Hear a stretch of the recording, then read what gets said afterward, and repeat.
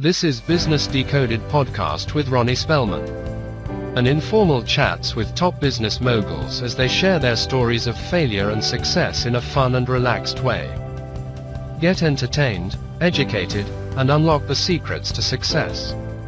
Welcome to Business Decoded with Ronnie Spellman. We're back with a good friend, Peter Henderson.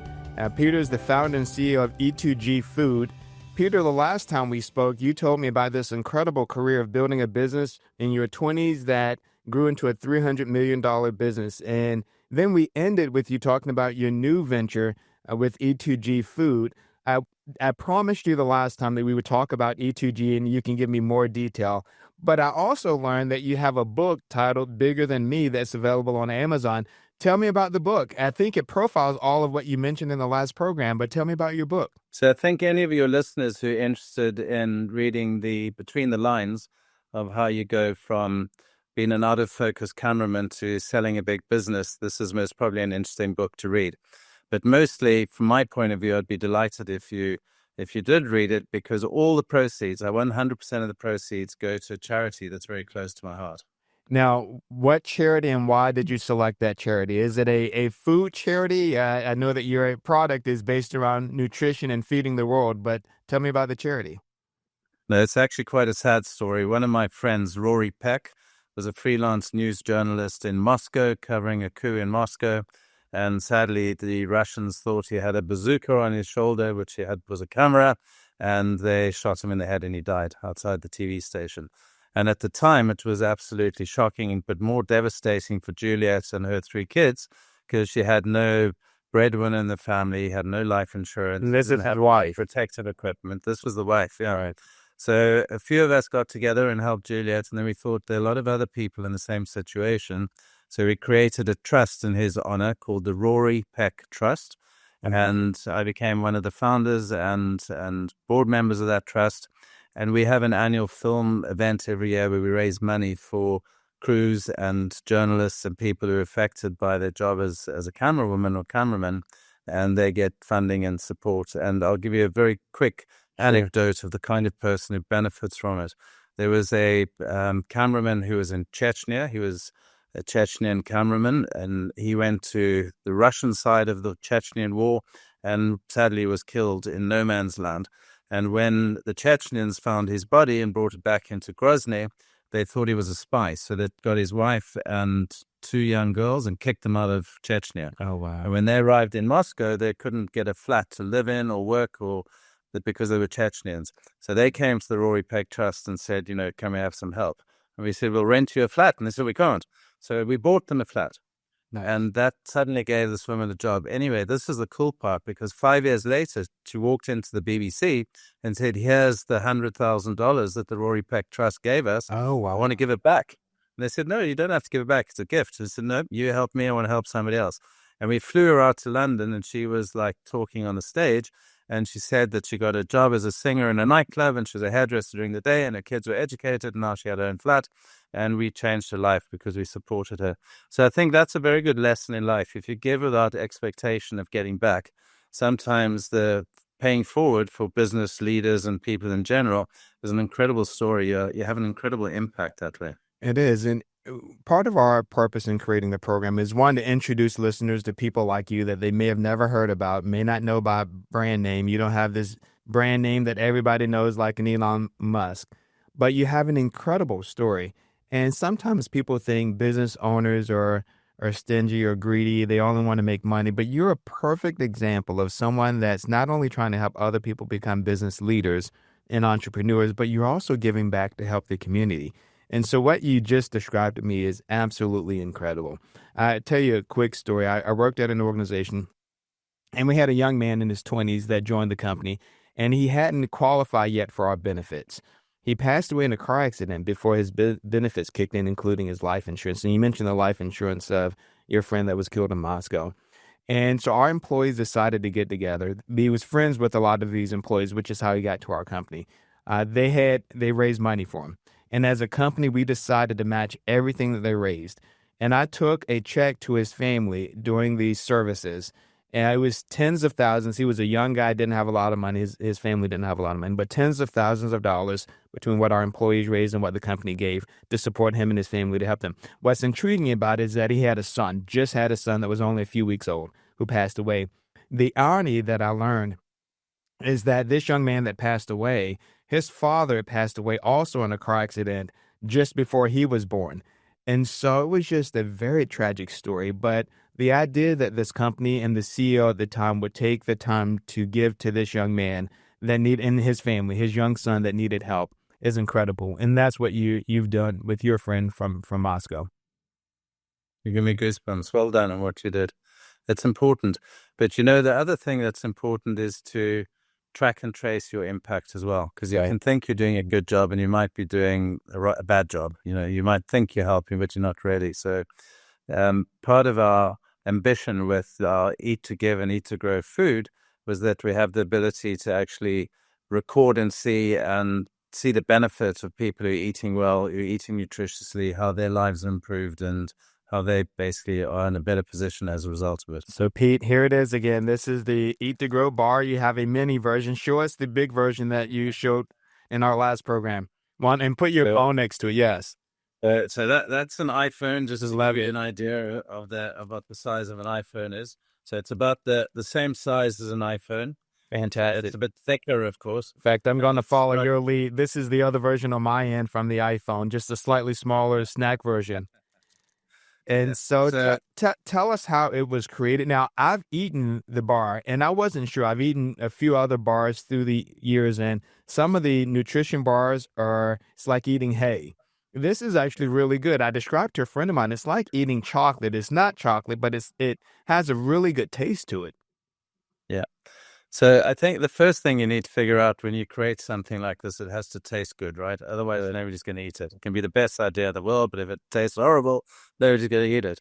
So I think I mentioned to you the way that we came across it was we wanted to find a really efficient way of feeding people who are in a conflict or disaster type environment. So it had to have no cooking, no heating, no water, biodegradable packaging, easy to transport. And we can put 10,000 of these on a pallet and throw it out the back of a plane or the back of a truck. And as people eat it, grab it, it's instant food to support them. So when we came across the superfood called spirulina, I realized that this was a plant-based superfood that would be a massive ingredient in making something really impactful for a human being. But we also realized that we were new to this business. So I hired a food scientist and I said, tell me what makes up a really good, nutritious meal. And they said, well, let's go. And this is where I've said to you before, surround yourself with more intelligent people. Right. We went to one of the best organizations in the world, which is the World Food Program. Okay. And we looked at their recommendation of what a nutritious, fortified meal would be made up of. And we sort of reverse engineered it. We saw what the levels of protein and fats and sugars and everything were that had to be in a food bar. And then we started adding ingredients to it. And I think we got 11 recipes before we decided that we had the right one. And then we obviously had to send it out to 20 countries around the world because, the palates of a North Indian to a South Indian, even in one country, are very different, let alone somebody from Somalia to, maybe to Bangkok. So we sent the bars around the world for tasting. But then we just started sending them. We had an earthquake in Turkey, and we thought, goodness, we need to help these folks. So we just sent boxes of food bars to Turkey to one of my Harvard colleagues. And we, with her help, got it into the southern part of Turkey where the real, disaster was. And a camera crew was out there filming a doctor on an operating theater eating one of our food bars. I said, why did you get rid of the doctor? He said, these are the guys who need it. It's the first responders. It's the doctors, the nurses, the search and rescue, the people who are out there. That are working day and night. Right. Those doctors are working day and night. Yeah. They don't have time to go and sit down for a meal or look for a meal or cook a meal. They just need something on the go. So we suddenly realized that this was a superfood for helping, the military and police and search and rescue and doctors, etc. And then, the sad war in Ukraine presented an opportunity with people there being on the front line, not being able to get access to food. So we sent food to Ukraine, and that's just expanded. Recently we got food into Gaza. And then we're sending food right now to northern Nigeria, to Sudan. So we as a company have decided to be non-political, discriminatory on who we send to where we send it. And our main benefit is that we know that we're sending some food that's really good for all human beings. Doesn't matter who you are, where you're from. So this is life-saving food. It is. I'd love to get to kind of the funding and the setup of the organization. But beforehand, what's fascinating to me from a research and development standpoint, you had scientists and nutritionists and a bunch of people helping you, as you mentioned. You came up with 11 recipes and sent it to 20 countries, trying to get an understanding of the palate, the taste palette of different people. And then you came down, I presume, to one formula from that. But that's absolutely amazing that you recognize the need to send it to different parts of the world so that you can understand what the reaction would be. In that way, you can create a better product that's more universal. But walk me through some of that. What was the feedback and how did you land on one out of the 11 recipes? It was trial and error, really. I Okay. mean, one of the amusing occasions when I brought a food bar home to my wife and we ate it, and she said, "Go and look in the mirror." I said, "What?" She said, "Look at your tongue." And I opened my mouth and my entire mouth was blue. Like it was terrible. She said, "No, that one doesn't work, right?" So, so that was out the door. And then it was just trial and error. And kids, when we were in America, we went to California, halfway between LA and San Francisco. I think I can't remember the name of the town, but we went into a school where there were 8 and 10-year-olds, and we cut it up into little pieces, and we said, "Try this out." And we realized the kids were going to give us a very honest answer, right? They're going to say, "Oh, yes, it's yummy," if it was horrible. And so we got a good response from them because we thought, these are the kind of school feeding programs we might be interested in getting into.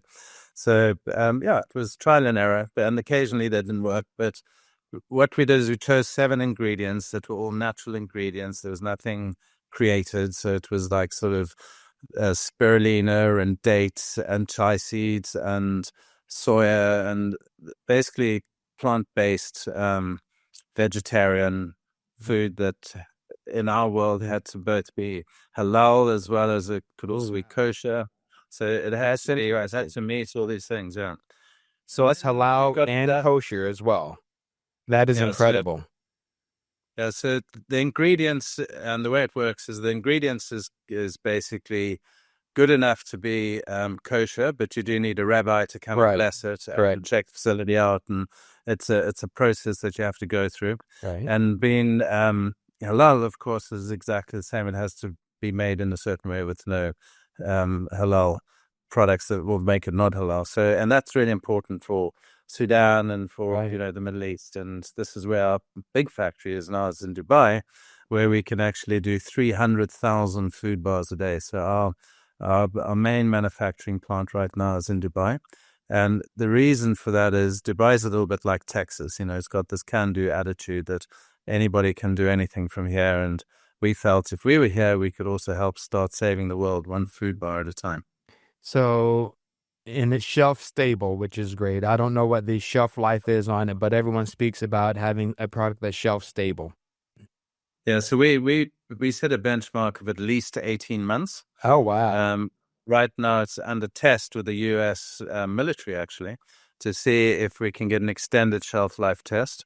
So we've sent some food bars to Miami, and they've sent it somewhere in the States to a laboratory to have it tested to see if it can have a longer shelf life.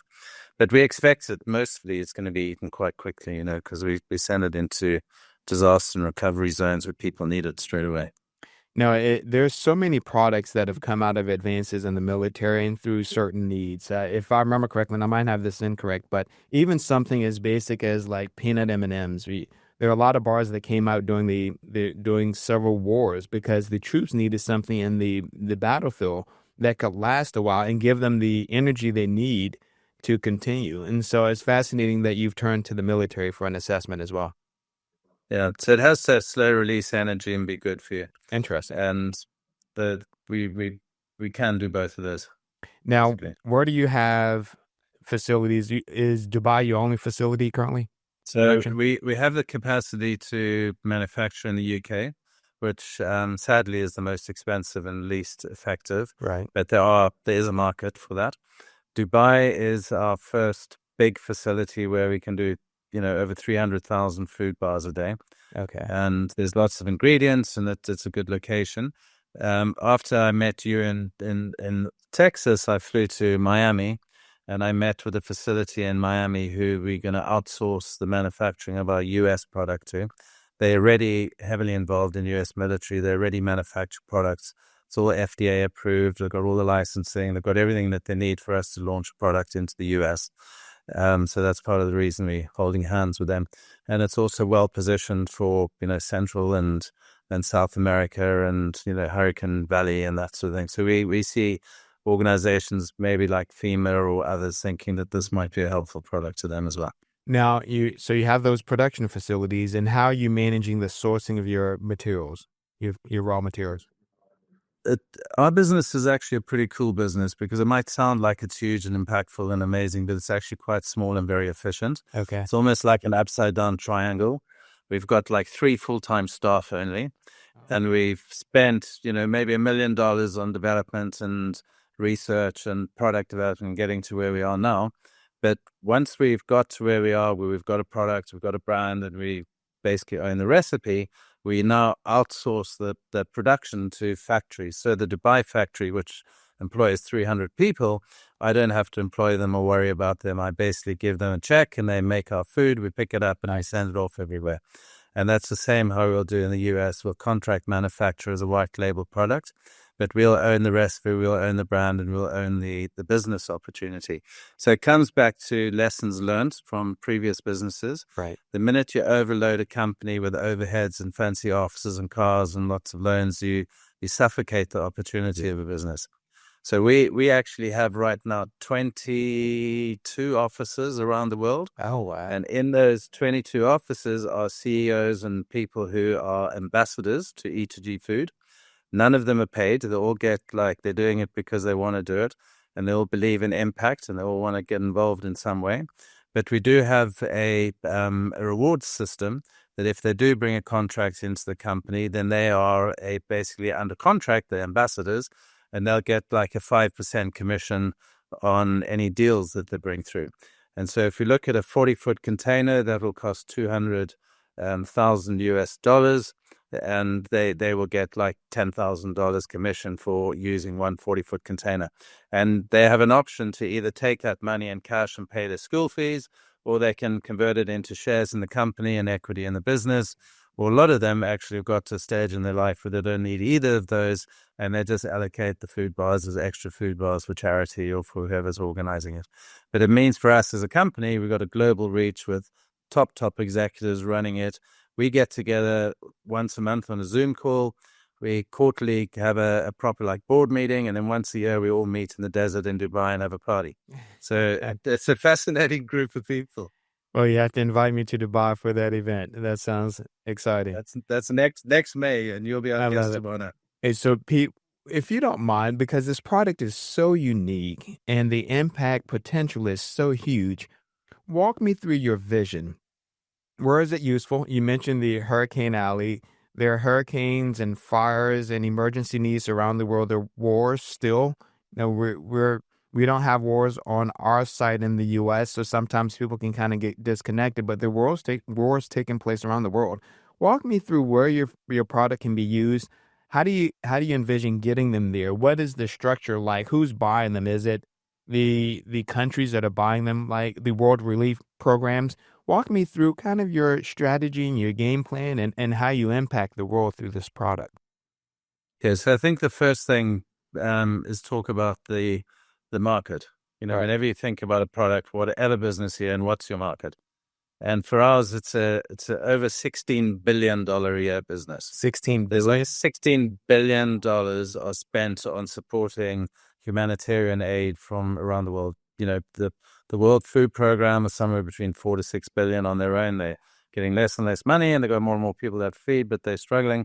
But the UAE, for example, they themselves donate close to 60 million dirhams, which I guess is somewhere around about something like $6-7 billion. So there's a huge amount of funding available to support a growing problem. The problem is 850 million people going to bed hungry every night. Right. Now, that 850 million people is more than all the people put together in Europe. So it's a Wow. huge market. There's funding. But what hasn't happened yet is there's no logical way of actually coming up with the future food. Everybody's doing it the old-fashioned way with big organizations like the UN, who are bureaucratic, slow. They're just ineffective. Right. So when I met Ambassador John McCain's wife, or Cindy McCain, the ambassador, in Rome for dinner one night, the two of us sat and we talked about the food bar, and she said, "This is future. This is the future. This is future food, right? Yeah. It's made from sustainable food. It's easy to transport. It's great. It's healthy. Blah blah blah blah."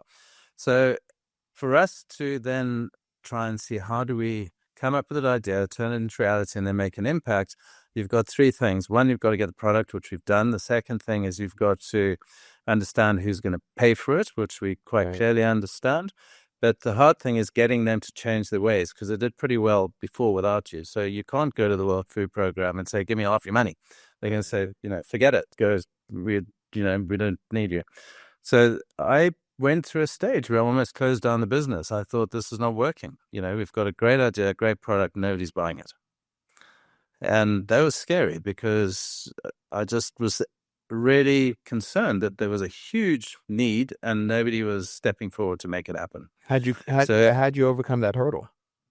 So I had to pivot. I had to pivot quite radically, and it was basically with really the two people who worked with me in my company, Chelsea and Bertie, and we said, "What are we doing wrong?" And then what we realized was that we weren't giving people like you and me the opportunity to do something. The young woman sitting in Milwaukee who looks at the story in the world and says, I feel helpless. How can I actually help? How can I get involved and make a difference? And we thought, well, the only way somebody's going to make a difference is if we show them the impact, if we actually allow them to track and trace and reflect on the impact. So the first thing we did was we actually basically looked electronically and this is a brochure I'm going to show you, how do we, through a cell phone, or a mobile phone, allow somebody to push a button, select a part of the world that they want to support, whether it's Ukraine, Nigeria, Gaza, or anywhere in the world.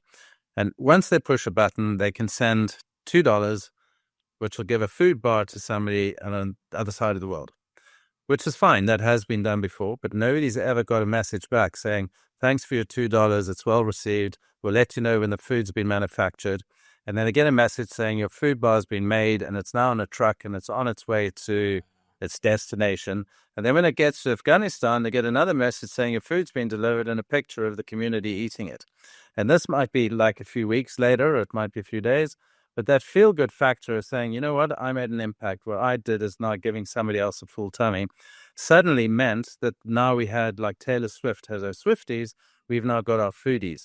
So we basically are encouraging people to download the app, sit forward, make a difference, press the button, send whatever you can afford. Right. If you can, do it monthly.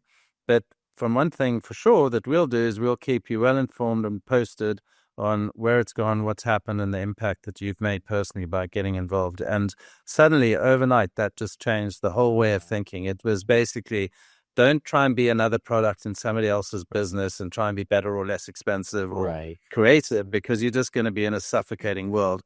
We needed to actually lift ourselves up and above it and say, we're the future. Right. And our future is electronics, it's artificial intelligence, it's sustainability, it's impact. And most of all, it's going to be driven by millions of people getting behind a movement to make this happen. So we have an ambition to get 2 million people on our app, and then we'll have a fabulous business. So about 20 years ago, in my 20s, one of the first groups I volunteered with was the United Way here in the U.S. I served on the Fund Distribution Committee.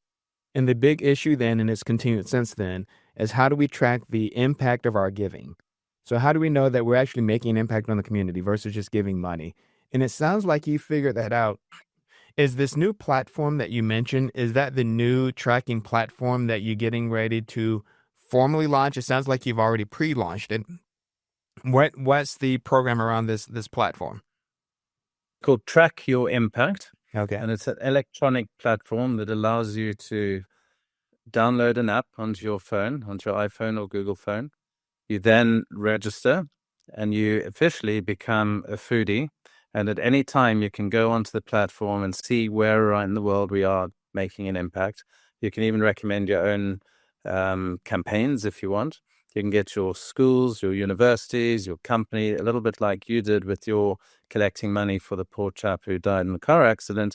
You can get communities to collectively get together and make a donation to a part of the world that's important to them, or in their own country, of course. So it's an ability to collect and then deliver. But most importantly, it allows you to visually see and feel how your impact's been delivered, right down to the fact that if you are a student wanting to go to college and you want to put your UCAS application form in, you can go to your own personal part of your portal and say, "Hi, I'm Jenny, and I've donated 400 bars to 3 different countries over the year." And you can download it as a PDF that basically you can attach to your college application to say, "I'm showing you," rather than telling you.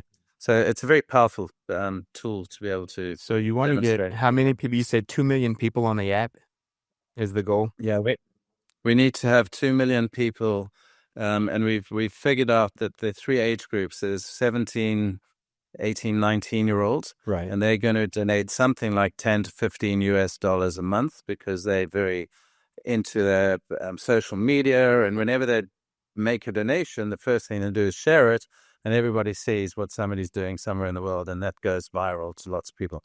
The second group of 30-year-olds who maybe have just got married with a young kid and they just don't have any money, disposable extra money, but they're still passionate to know what's going on in the world.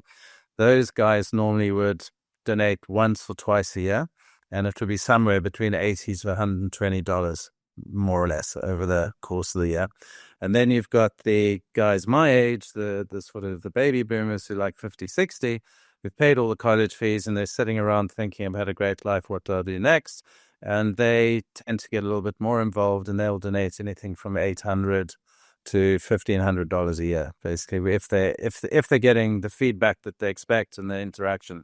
So we've done our sums on it. If we get, somebody like Taylor Swift or Dua Lipa, they might have 80 million followers, but only 1.8% of those followers are active. The rest are just like sitting and watching. When you go into our world of humanitarian and investment in sport, you get somewhere between 20 to 25% of the people who've bothered to download the app, Right, making a donation at least once or twice a year. So when we do our sums, we recognize that we will get somewhere between $75,000 to $125,000 a day. So let's say $100,000 a day that we would get from a 2 million people community based on that. Now, if you get $100,000 a day, that means you're really helping people. You right. basically every single day are giving, 50 to 100,000 people a life-changing experience because they're getting fed. And you're not sitting there doing fundraising, wasting money on adverts, going to, with cap in hand to organizations. You're basically allowing economics to drive impact and support a lot of people by enabling it through artificial intelligence and accountability and honesty. That to me is the biggest thing. It's accountability, honesty, and delivering on your promise. Because if people can feel that that's happening, they're going to support you. They are. So, Pete, what's interesting is that this is the second time having you on the program. And this time, the time has gone by so fast. It's incredible. It's been so much fun having the conversation with you. I want to ask you a couple of questions real quick. Have you built you have a worldwide operation in a low overhead group of people working for you. So you don't have a lot of people, you don't have a lot of overhead. How do you manage the distribution of your product around the globe? So somebody said to me, this would be great in Trader Joe's or Whole Foods or Starbucks. That's a flipping nightmare. I mean, if you try and get into that distribution network, it's so difficult. And there are returns and there's logistics and there's fees. If your product doesn't leave the shelf, it's just a nightmare. So we decided we'd rather just go with partners. So, for example, if we go into Afghanistan, we use a company called Galzad, who are a Afghani company in Kabul who distribute for the World Food Program. They've got all their trucks, their lorries, their officers, their staff all set up already. And we just drop a pallet of food into Kabul and it gets distributed. And so we use existing on-the-ground selected partners. And that's why we only have maybe 5 or 6 campaigns. because we work hard at making sure that our local delivery because they have to download an app as well. So they have an app, they have a camera, they have a barcode, they're scanning every box that comes in, they're taking it, through southern Sudan somewhere, and it gets to Rumbek, and then they're basically scanning it and taking photographs. So they have to be a vested partner who help get involved in it. So that's how we do it. Very smart model that is low cost from your vantage point. And then that partnership is so critical. I think what business people should definitely understand is that there are multiple ways to build, grow, manage a business. It doesn't always require you, as you mentioned earlier, I think in our last program, you don't have to buy buildings and offices and cars and trucks and build this huge infrastructure. If you partner well with good partners, then you can build this infrastructure that helps your business grow and succeed. When you look at any business, you have to think what's in it for them, Right. not just what's in it for me. Correct. So right along the path, if I think of the factory in Dubai, Dough Freeze, a great company, we have an open book relationship. He's told me very clearly that he makes a 25% markup on the product that he buys in, and he has a 7% margin on his manufacturing. Nice. And I say to him, well, I'll try and see if I can make my business model work with that. If it doesn't, I'm going to come back to you and I'm going to say, let's drop a point here or two. But I want you to be happy, because if you've happy customers supplying stuff that works for you, I'm going to have a good product on time and I'm not going to be at the back of the queue. And then when you get to the next place and you try and figure out the distribution partner, what's in it for them? Well, they've got a business as well, and they have a way of running their business and you another product, and it works for them. And then the end user, the person who needs what they're getting the most, who's got the least amount of money and can't afford it, if they get given something that's really healthy, really good, and doesn't cost them anything, well, then the business model works. Yeah, makes sense. And what's fascinating to me and fun to hear you say is that in business, this old concept of creating a win-win solution and opportunity actually works. You've created a way and a path for creating a win-win. So you're not just looking out for your interests, but you're looking out for your partner's interests. And within that, both of you can succeed. Yeah, and I think also it's important to realize that if you overload your company with overheads, it suffocates it, and it also means there are less people at the other side who are going to benefit. Right. Because then your cost of making something triples or doubles or goes up 10 times, which means you're providing less food and less impact. So it's really important to streamline your business to only spend what you really need to spend, but have the biggest impact. And I think the biggest thing is accountability. And the world is not really that good at that right now.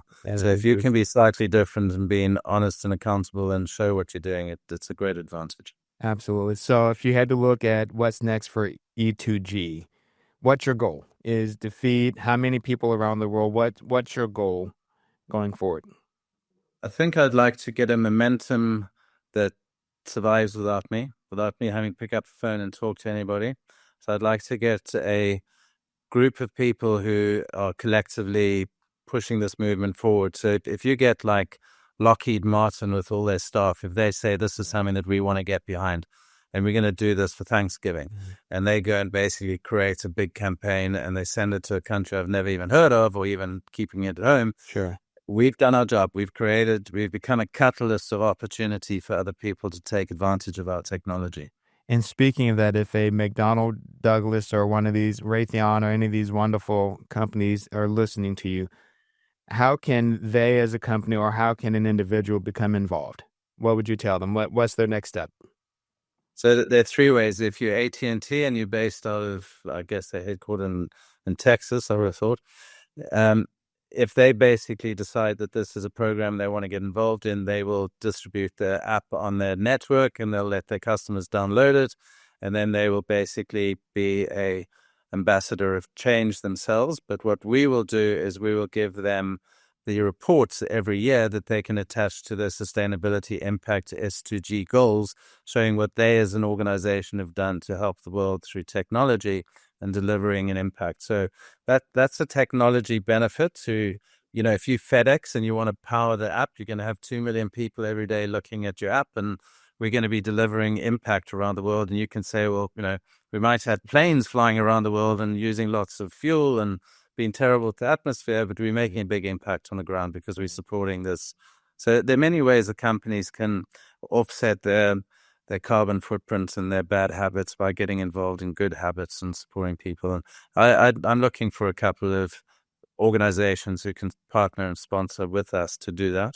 And then it's also open to individuals or people who want to join the movement, either from an investment point of view or just, being ambassadors of change and support us. Pete, it's been quite a joy listening to your impact around the world. You grew up in South Africa, correct? You've traveled the world, lived across the world. You were in news, having impact on the distribution of information before social media became big. I appreciate what you've done, both from a business and a personal perspective, and what you've done for a lot of communities. I appreciate you joining us on Business Decoded. It's been an absolute pleasure, and thank you so much for having me. Thank you. Thanks for joining Business Decoded with Ronnie Spellman. Thank you for listening to Business Decoded podcast with Ronnie Spellman. Please be sure to subscribe and share and stay tuned for more incredible Business Decoded episodes.